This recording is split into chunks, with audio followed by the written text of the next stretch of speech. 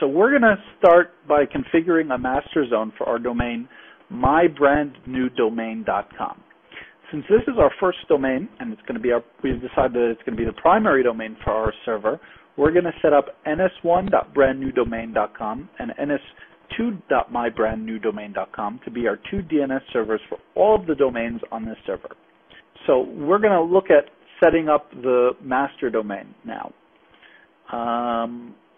We're going to go to servers, find DNS server, and now we're going to click on create master zone. We're going to set the domain name to mybrandnewdomain.com.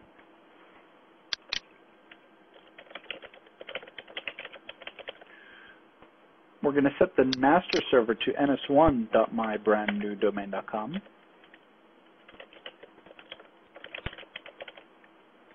And we're going to set the email address to hostmaster@mybrandnewdomain.com. We can safely ignore the zone template information, and we're just going to click on create, which is going to add the empty zone to the DNS server. Here we are. Now we need to set up the IP addresses for the zone. Classically, we're going to want to set up an IP address for the website on the domain and possibly specify mail servers. Since this is the first domain that we're setting up on this server, we're also going to need to specify IP addresses for the DNS servers. We're going to start with an IP address for the domain. For the main domain screen, click on address.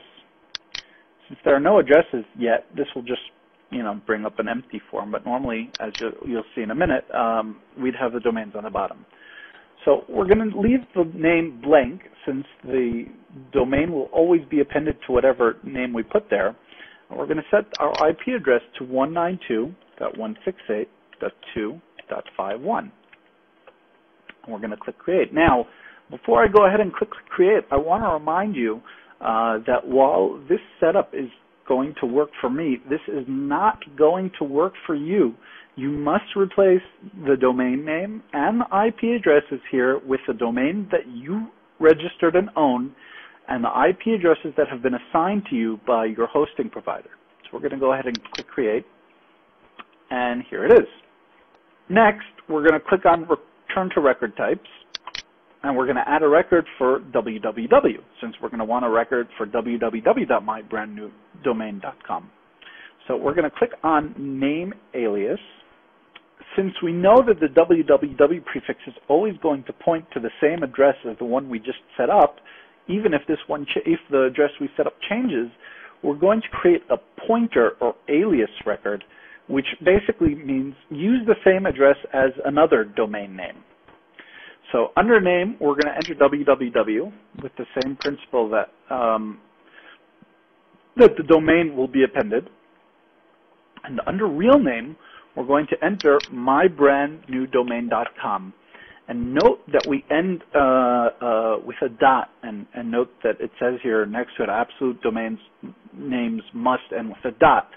And the reason that we do it is because if we didn't add the dot there, it would append the domain name again. So it would end up with the real name being mybrandnewdomain.com.mybrandnewdomain.com, which is not what we want.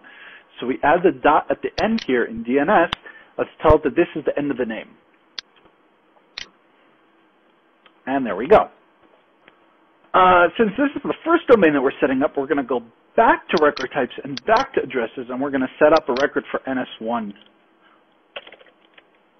Again, we don't have to add the domain name since that'll be appended, and we're going to add the address. Now we have an IP address for NS1. We're going to return to record types, and in name server, we'll see that everything is already set up. mybrandnewdomain.com's name server is ns1.mybrandnewdomain.com. So once we finish with this, the master zone is ready. To apply this to the running server, we're going to go back to the zone list and click on Apply Changes. Now, note that this time I clicked Apply Changes on the main page and not from inside the zone, because it's the first time that we're telling the DNS server about this zone. But from now on, once the zone's been added, we'll actually be able to use the Apply Changes from inside the zone. And that's really all there is to it for setting up the initial master server. So to test this out, we're going to open another browser window,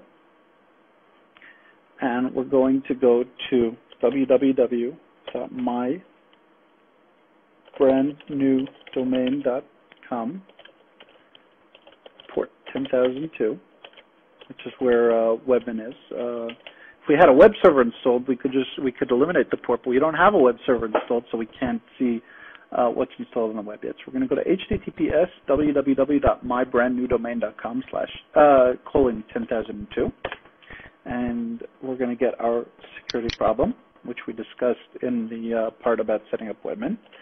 And we're going to type in user, and here we are. We're logged into our server. So as we can see, the DNS server worked.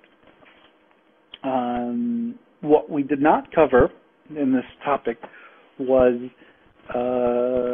other types of records, including start of authority records, which are the basic building blocks of DNS and are automatically created. We actually did create it, and it was just done behind the scenes. And if you're curious, you can see the information stored in the zone parameters link towards the bottom of the zone listing.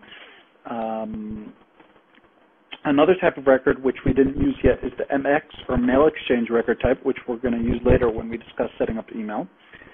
And another increasingly popular type of record that's being used is SPF, or Sender Protection Framework, which is a security mechanism for making sure that email is coming from an authorized source of email for your domain, and therefore your domain is not being used for spam. Another thing that we have not discussed is setting up a slave server and how to link the two. And we haven't talked about how to do the one-time update DNS servers with your domain. So all of that and more are actually covered in the dedicated server handbook, which you can get by visiting www.thededicatedserverhandbook.com. And that's really it for now. Next time, we're going to talk a bit about setting up FTP servers and FTP accounts for use on your dedicated server. Until then, this is Isaac from the Dedicated Server Handbook. Have a great one. Bye-bye.